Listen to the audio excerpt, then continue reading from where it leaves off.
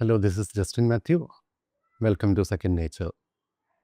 So today let's discuss the ideas of nature in medieval minds. And let's focus on medieval Europe.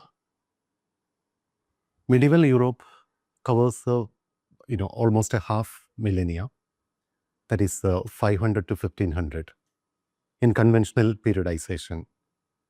So therefore, it's not easy to provide an overview of the idea of nature across such a long period of time and varied period. At the same time, we know that in conventional historiography, we consider the medieval period as a dark age, the so-called dark age. We consider this period as dark age because of, number one, the decline of the great Roman Empire, and connected to that, waves of barbarian invasion. Now we consider, rephrasing it as migration, barbarian migration, and the fall of metropolitan centers and trade and networks associated with the metropolitan way of organizing political sphere and landscape, and strengthening social roles of the Christian religion.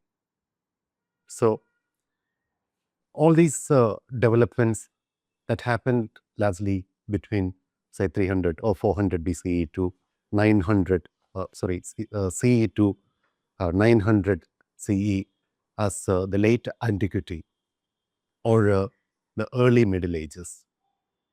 So now, in the last 30 or 40 years, historians have revised that earlier notions of the so-called Dark Age. Now they argue that the medieval period was dynamic as a period, not a period of decline. We know that the dominant narrative focuses on the decline of classical cultures. But now historians argue that we need to focus on a transition from late Roman period to the late antiquity and the Middle Ages. Because, what happened the period between 400 CE to maybe 900 CE was, a gradual transition and emergence of Byzantium, the Islam, and the Western Christian world. So now let's focus on the Western Christian world and their ideas of nature. So therefore, so the earlier decline narratives focus largely on medieval stagnant society, or they tend to consider medieval societies as primitive society and ruthless society. So this have long influenced historical studies. And they emphasized on agricultural clearance or deforestation, biodiversity loss, and related decline of trade and all other developments. So when we follow this pattern of historical narrative, our emphasis is to understand history as a political narrative, history as a development of political institutions, imperial systems, and state structures. So, and that's why, we remember medieval period for its great kings like Clovis or Charlemagne, Merovingian dynasty to Carolingian dynasty. And we remember their great architectures and their great monasteries, both churches and monasteries. So now let's try to bring in the natural world into our discussion. Natural world as an agent of historical change, instead of giving historical agency, only to those political figures or great leaders or rational human being let's bring in other elements to understand history as a dynamic process. So we have a great historian of medieval environmental transformation, Richard C. Hoffmann. Hoffmann's 2014 published work, An Environmental History of Medieval Europe, is an important intervention. So he portrayed in his work Europe, medieval Europe, as a dynamic ecological system, not as a declining, social condition. And he would argue that medieval world was shaped by continuous adaptation and transformation rather than decline. When you study medieval environmental history, we can see that that was a dynamic world where we have agricultural expansion, of course, deforestation, and developments in fishing, animal husbandry, and to a limited extent, but urbanization. We need to consider medieval societies as not as uh, passive dwellers, but they were active participants. They altered landscapes and they changed ecosystems. So now let's focus, now let's discuss how the Christian theology, social organization, and emerging technologies of medieval world uh, uh, reshaped their environment, and how these major elements, three major elements, shaped their ideas of nature. So now let's focus on this period between 400 to 900 CE. When we characterize this period, when we try to understand this period, we can identify this was a phase of what we call the decline of classical antiquity, Mediterranean antiquity, Greco-Roman world. And this was the time when the Christian gospel began to gain dominance, or invasion of barbarians and loss of that earlier Roman imperial social and state fabrics. And this was a time again of a decline of a metropolitan urban network, urban centers, and again a period of gaining prominence of rural life. At the same time, we need to remember that this, when we characterize that early Middle Ages, this social structure was largely can be called sedentary agro-pastoralism, if we can characterize that society. And that sedentary agro-pastoral economy, societies had to undergo major crises as well. Number one, this was a phase of several regional endemic of unknown reason, especially 4th and 5th centuries were known for diseases, pandemics. So, and this was again time of excessive rain or snow, fog, and all these rain issues and extended winter led to a crop failure or diminishing arable crops. So, and again, as I mentioned, the erratic weather led to a crisis condition. Farmers faced insecurity as a permanent condition. Again, remember, this was a time of plague. Justinian, the well-known great Justinian plague, named after Emperor Justinian. So again, because of these crises, they experienced frequent wars, conflicts, and of course severe winter. And they understood, this society understood all these crisis conditions as God's punishment for human sin. Why? Because this was a world, dominated by Christian theology, Christian worldview. So the Christianization, as we have mentioned, was a powerful current in this period, from late Roman Empire onwards. So the Christian worldview offered a new vision of nature. And the new vision of nature was coming obviously from that Hebrew tradition of the Abrahamic idea of creation. God created the world. Remember our earlier lectures, we have argued that the Greco-Roman idea of nature was presented nature as a dynamic process, not as a fixed condition. Medieval societies also considered nature as a changing process. But at the same time, they considered nature as a product created by God. If we go back to Greco-Roman cosmology, we know that nature, God was part of nature. So now, in a new monotheistic Abrahamic traditional view, Hebrew tradition view, God is infinite. So that the natural condition that we experience, that we live, is God's handiwork. So in the new cosmic principle of the Christian world, nature is treated as a tool in the hands of God. So, but at the same time, this is not referring to a complete divorce from Greek philosophies.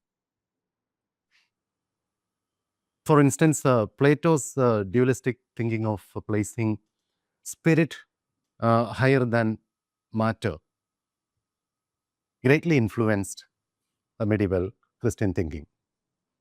That means you have heaven over world, you have mind over body. So this was quite dominant if you see literature, Christian literature, a period between 4th and 8th century. So they considered, or in their view, in their world, the mind was consistently pessimistic about the materialistic world. That materialistic world include body, right? So they considered the curse as the paradigm, more to understand the world. Adam and Eve, I hope we remember God cursed Adam to struggle, when men were doomed to hard labor and women to the pain of childbirth. That curse paradigm model. So that refers to their idea. They understood world, the crisis affected, designed world as a world of moral corruption, of physical decline, and of the world of limits, and material and temporal world. That means they imagined a world without limits, a world beyond material and temporal condition. So that's the image. Bible was the most referred book, studied book in the medieval period. So therefore, to understand medieval ideas of nature, Christian ideas of nature, we can read from some verses from Bible. So in this change context, that is that Christianized world, nature was not perceived as a divine element, right? But a raw material given to men in order for human benefits. So, for instance, if you read Bible, the Old Testament, let's go to this book of Genesis, chapter 1, verse 28.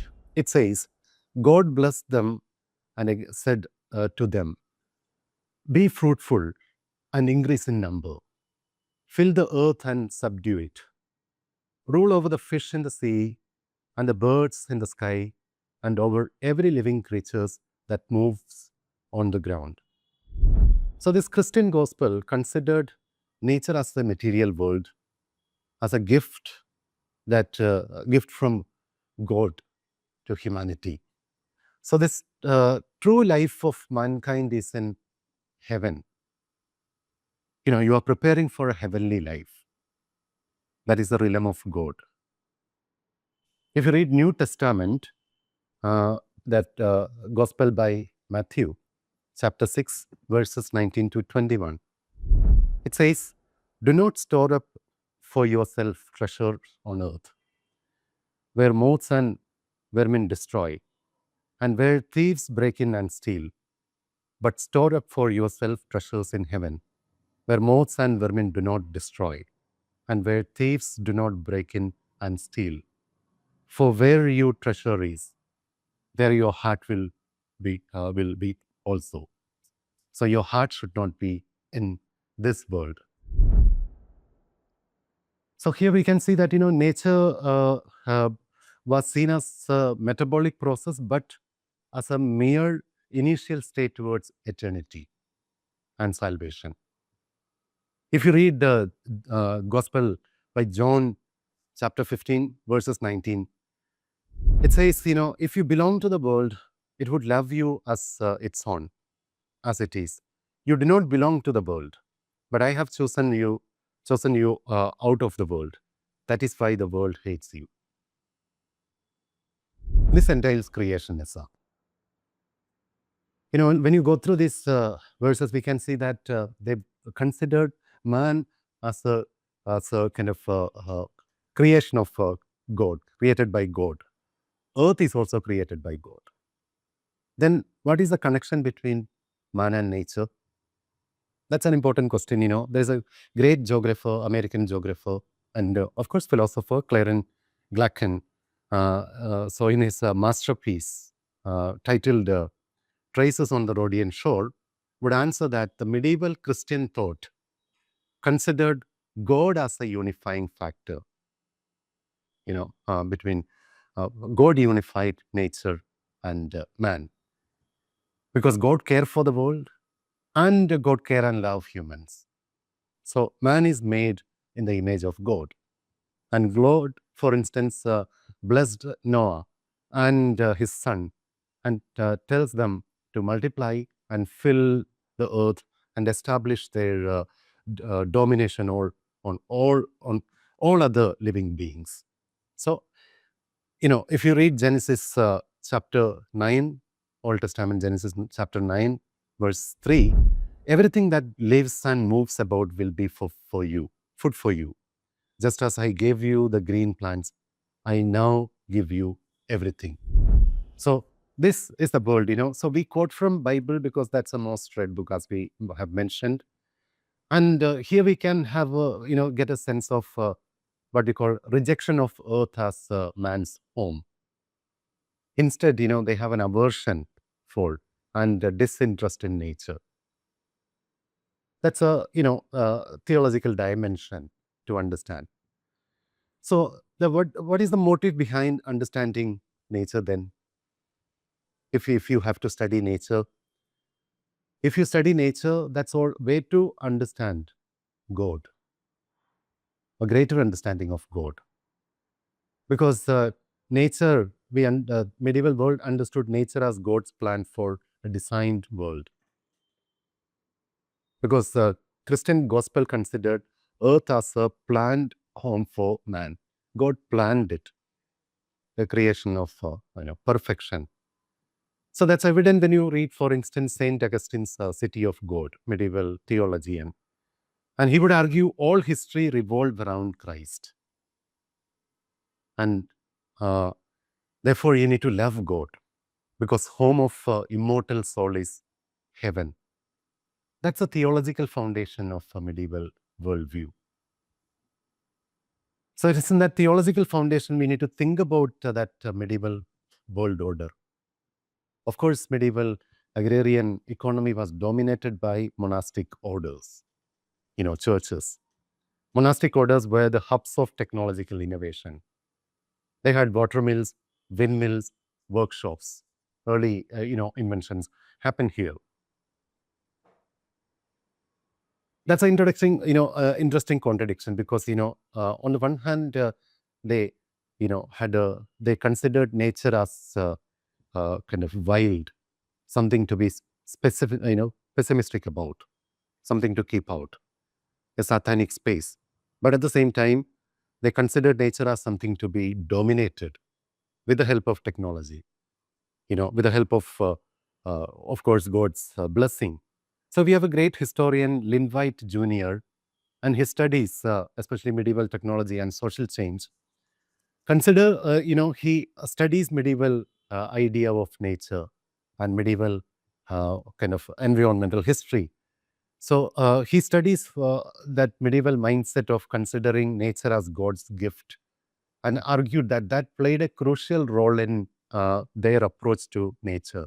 They approach nature as something to be mastered, ordered, and utilized in service of God. In service of God first, then community second.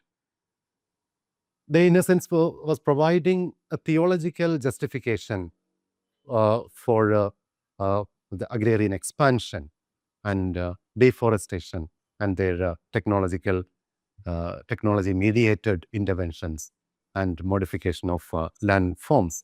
So in 1967, published article uh, by Lynn Jr., titled The Historical Roots of Ecological Crisis, published in that Science magazine.